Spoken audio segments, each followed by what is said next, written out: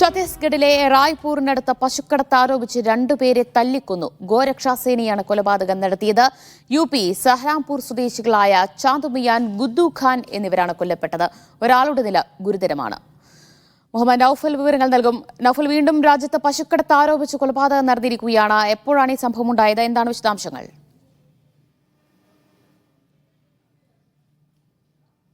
വെള്ളിയാഴ്ച പുലർച്ചെ ഏകദേശം 2:30 ഈ സംഭവം ഉണ്ടായത് എന്നാണ് പോലീസ് റിപ്പോർട്ട് ചെയ്യുന്നത്.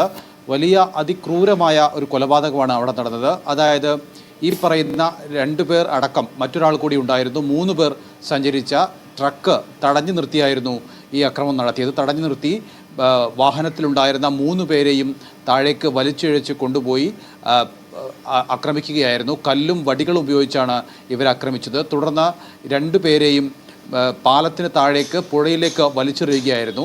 അതിൽ ചാന്തുമിയാൻ്റെ മൃതദേഹം പുഴയിൽ നിന്നും ഗുദ്ദുഖാനെ പുഴയ്ക്ക് അരികിൽ നിന്നുമാണ് കണ്ടെടുത്തത്. ചാന്തുമിയാൻ അപ്പോൾ തന്നെ മരിച്ചിരുന്നു. ഗുദ്ദുഖാൻ ആശുപത്രിയിൽ വെച്ചാണ് മരിച്ചത്. മറ്റൊരാൾ സദ്ദാമാണ്. അദ്ദേഹത്തിനെ ഗുരുതരമായ പരിക്കുകളോട് ഇപ്പോൾ ആശുപത്രിയിൽ പ്രവേശിപ്പിച്ചിരിക്കുകയാണ്. അദ്ദേഹത്തിൻ്റെ മൊഴി വളരെ നിർണായകമാണ്.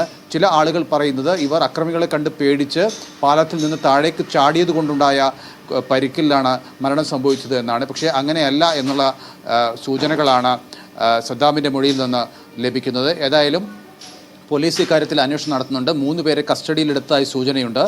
ഛത്തീസ്ഗഡിലെ കോൺഗ്രസ് ഈ വിഷയത്തെ അപലപിച്ചിട്ടുണ്ട്. വളരെ നിർഭാഗ്യകരമാണ്.